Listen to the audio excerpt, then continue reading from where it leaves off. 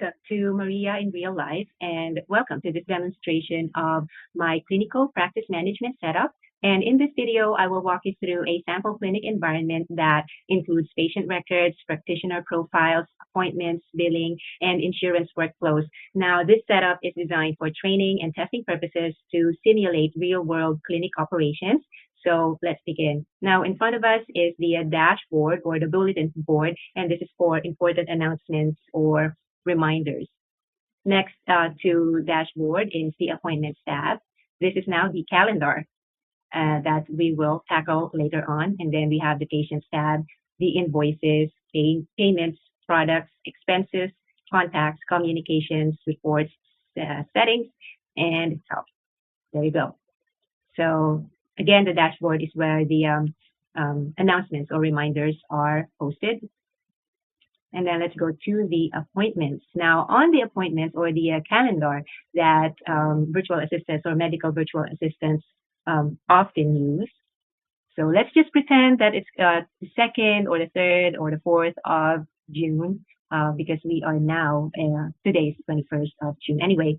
So this is the calendar, and here you have your dates over here at the top as well. And then you have your practitioners, Amelia and Nathan. And we have the times. Okay, so let's get a fictitious patient for Dr. Amelia. Let's try, hold on, Amelia. Okay, so let's get a fictitious patient for Dr. Nathan Cruz, and we will be talking about Ethan Navarro. So let's just say Ethan called us and said, hey, I have increased thirst and elevated blood sugar. I wanted to see my doctor. And let's just say that even though Nathan has not, or Ethan has not consulted with a doctor for a very long time, but this patient, Ethan, has been a regular patient before, we are still going to put that on the calendar. Let's just say this is a newly established calendar. So, and the appointment date would be on the 3rd of June. Let's just pretend that it's the 3rd of June. And the time that we will be putting him on is at 2 in the afternoon. That will be 2 p.m. 3rd, Nathan. So once you click this, it will show us an appointment form, and your practitioner is already there. So if you notice, so we need to, we're creating a schedule for 2 p.m. for Nathan or Dr. Nathan. And when we click that, it's already populated or automatically populated. So since Ethan Navarro is not a first appointment, but he's a long-time patient, we're going to put it at standard appointment. And we are going to just name on here. Let's just try and see first. Hold on, let me cancel that first. Again, 2 p.m. for Nathan. Let's go. Is he already here? Okay, so he's already here. He's already a patient. And this is the, what do you call that? The complaint. Okay, so for the time, of course, they're not going to consult for an hour unless the doctor tells you to. The default is 15 minutes for every patient. Does this repeat? We'll put it at monthly. And it ends after, depending on the insurance or Ethan's insurance, for the sake of this video, we'll put it at 6 occurrences. And then we're going to create the appointment. Nathan, which is unavailable at 2 p.m. Let's just say it's Nathan who told us to make this appointment for him, for Ethan. So there you go. So we have created Ethan's and Nathan's appointment. So let's click on that. Okay, let's just pretend that Ethan arrived. We're going to press the arrived button, and it will give us that little man over there that's colored blue. But let's just say he did not arrive. It's going into red, 2:30. We edit that. It's not supposed to be 2:30. It's just anyway. So it's going to show us the red person. Let's just say he did not call and he did not arrive. So that's the status that we're going to give it, for lack of words. All right. Let's just say he did not arrive, but he called and said, hey, I need to reschedule that. And let's just say we have not put anything on the status. All we need to do is click on the button reschedule. But before that, let's do something, or let's do something. So let's just say that the patient called in and informed us that he's not coming in at 2 p.m. If we can reschedule him at 3:15, for example. Let's just say he's going to be late. We can do that if Nathan will be free on those times. So that's the reason why before you start your day, you need to check your calendar so you are familiar with the times and dates that your practitioner is have will be attending, or will be in the clinic, or if they're not busy. All right. So let's just say two things. You can click this and then click on the button reschedule, and you're just going to point your mouse at 3:50, the 3:15, and then this is going to it will an announcement or a notification will pop up. Reschedule this one. So there you go. It changed. Now let's just put it back there. As you can see, you can also use a drag and drop. But if the date is way out of this window that you are looking at, let's just say the date would be on the 24th, then what you can do is click that, reschedule, and then go to the 24th and choose Nathan. If Nathan is available on Monday at 9 a.m., then click that, reschedule this one. So there you go. And then you'll just change that. So you lose the little guy there, and it will be like a brand new schedule. Right, so let's just go back to the third and put him back to 2 p.m.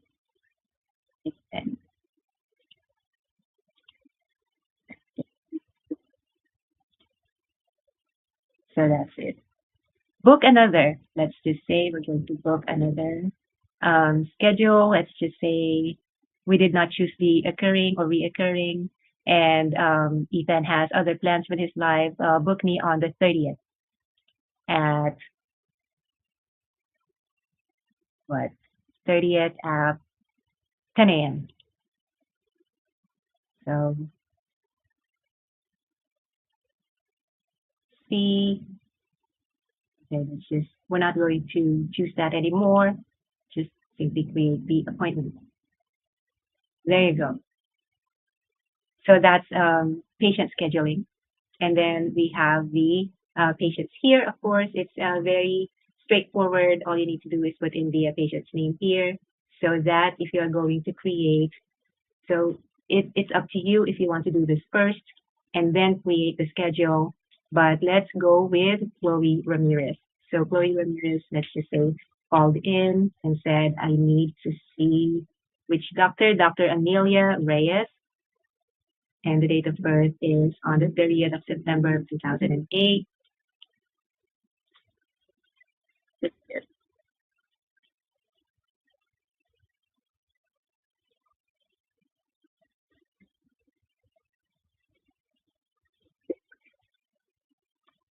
So I'm not going to touch anything. Appointment notes with shortness of breath due to physical activity, and they always need to accept that contact, because this is where you will confirm if they will be coming in or not. Not a lot of these you need to fill, like the address. It depends. It's up to you. Okay, so appointment reminders, yes. Follow-up messages, yes. Okay. We'll tackle on the billing information later. And so just then save the patient. And then let's go to appointments. And when does she want to fit in? Let's just say the 25th of June. So let's go to the 25th of June. And sure, her preferred time is at 3 in the afternoon. 24th of June, or 25th of June with Dr. Amelia Reyes. 25th, Amelia at 3 p.m. All right. So here we're going to just type in Chloe's name, Nearest. Going to create a new case. Asthma. Type in appointments. It depends on their on the information that you will find on their insurance. Okay, so that's just from 3 to 3:15. Let's just say monthly. So it ends after 6 occurrences. So it really depends on the insurance. And we'll create the appointment. There you go. So you now have Chloe under Dr. Amelia for the 25th of June. Okay, that is just for the appointments. So going back to the invoices, so we now created an invoice for Liam O'Connor, and so let's just say you call in, hey, I'm going to pay my bill. Okay, so as you can see, Liam O'Connor has a balance owing of 95 Australian dollars, and we're going to enter a payment. So it depends if this is covered by the medical or the process or the procedure was under the insurance, I mean. So let's enter the payment. Let's just say he's paying via credit card. So say and then go. The payment has been payment successful. And it depends if also Leah would say, hey, can you print me a receipt of that?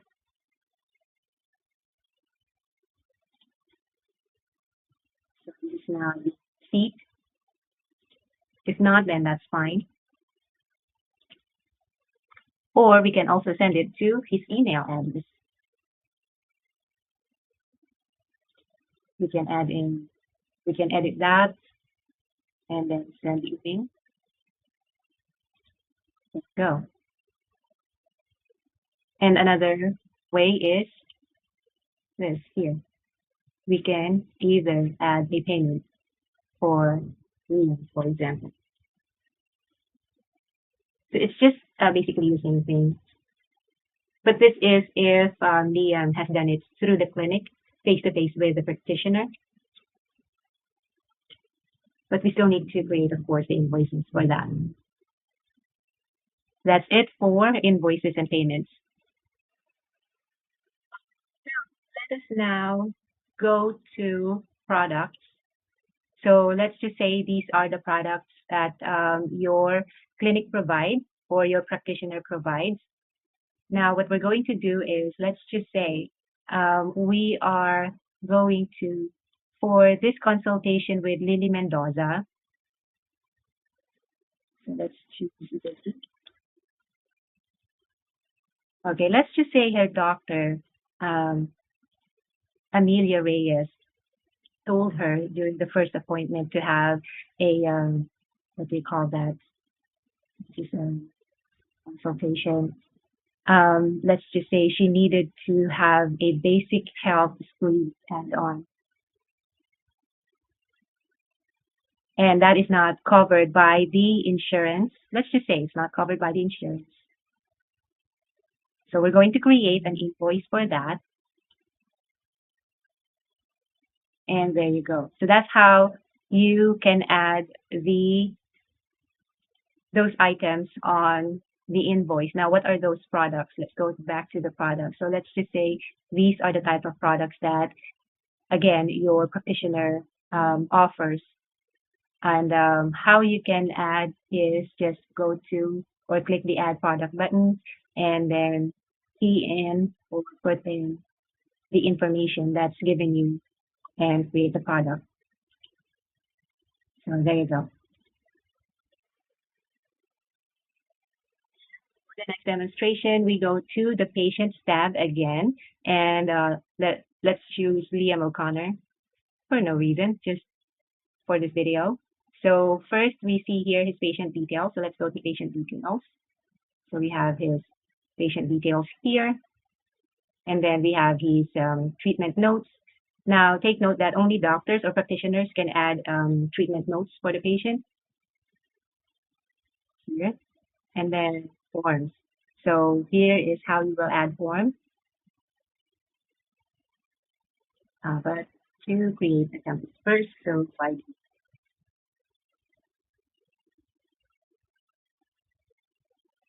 template section, section size.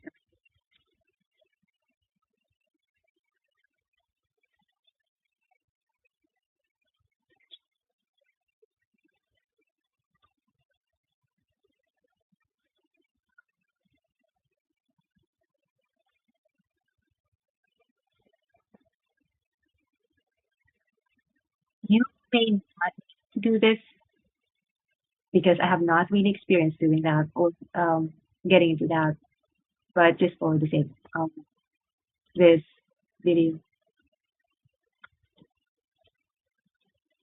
it's just that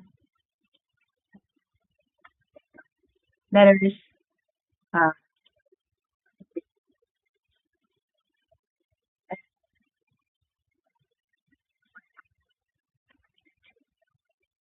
deal with that. For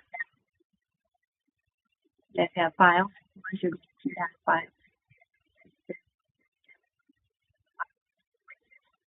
just for training purposes. Of course, we have the appointments, cases. You're only going to add a case if you are required to, but basically it's usually the practitioner who does this, unless you're told to do so. Of course, we already know the invoices, payments, and account statement, if ever they would request for that. Recalls, I have never had to do this. Communications, of course, we already saw that earlier. And that concludes my presentation.